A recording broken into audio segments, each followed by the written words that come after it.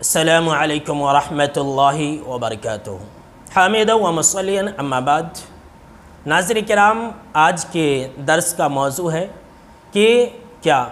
ہم اور آپ جس طرح سے رمضان کے مہینے میں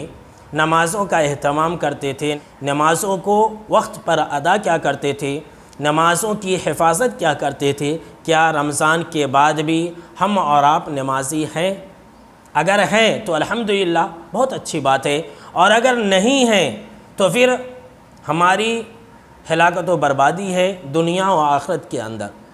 اب آپ کہیں گے کیسے؟ آئیے میں آپ کو ایک پیاری سی حدیث سناتا ہوں۔ الحدیث الصحیحہ، حدیث نمبر 2537۔ حضرت ابو ہریرہ رضی اللہ تعالیٰ عنہ راوی حدیث سے کہتے ہیں کہ حبیب کائنات جناب محمد عربی صلی اللہ علیہ وسلم نے فرمایا کہ فمن اداہا بحقہا قبلت منہ وقبل منہ سائر عملہ، تو جس شخص نے نماز کو اس کے تمام حقوق کے ساتھ ادا کیا، جی ہاں، نماز کو اس کے تمام حقوق کے ساتھ ادا کرنا ضروری ہے، تو آپ صلی اللہ علیہ وسلم نے فرمایا جس نے نماز کو اس کے تمام حقوق کے ساتھ ادا کیا تو اس کی نمازیں بھی قبول کی جائیں گی، اور ساتھ میں اس کے جتنے بھی نیک اعمال ہیں وہ سب قبول کیے جائیں گے۔ اور اگر اس انسان نے نماز کو اس کے تمام حقوق کے ساتھ ادا نہیں کیا، جی میں آیا تو پڑھ لیا، جی میں آیا تو نہیں پڑھا، کبھی جماعت کا اہتمام کیا، کبھی جماعت کا اہتمام نہیں کیا، جی میں آیا تو کبھی ظہر پڑھ لیا، جی میں آیا تو کبھی مغرب کی نماز پڑھ لی،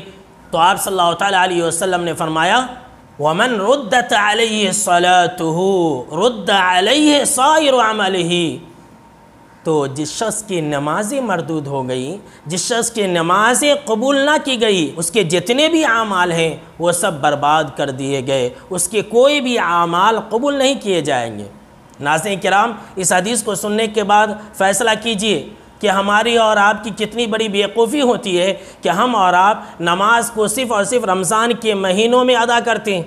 بقیہ مہینوں میں ہم اور آپ نماز کو چھوڑ دیتے ہیں۔ تو نماز کو بقیہ مہینے میں چھوڑنے کی وجہ سے جو ہم نے اور آپ نے رمضان کے مہینے میں عبادتیں کی ہیں، جو ہم نے نمازیں پڑھی ہیں، جو ہم نے صدقہ و خیرات کیا ہے، جو ہم نے روزے رکھے ہیں، جو ہم نے قیام اللیل کیے ہیں، جو ہم نے غریبوں کی مدد کی ہے، جو ہم نے بھوک اور پیاس برداشت کیا ہے، سارے کے سارے اعمال برباد ہو جائیں گے۔ اللہ رب العالمین ہمارے چہروں پر اس کو مار دے گا کہ ہم نے تمہارے کسی اعمال کو قبول نہیں کیا، اللہ کی پناہ۔ اس لیے ناظرین کرام، یاد رکھیں، نمازوں کا اہتمام کریں، نمازوں کی حفاظت کریں، نمازوں کو اس کے وقتوں پر ادا کریں، ہمیشہ ہر حال میں اپنی زندگی کے اندر نماز کو لازم پکڑیں۔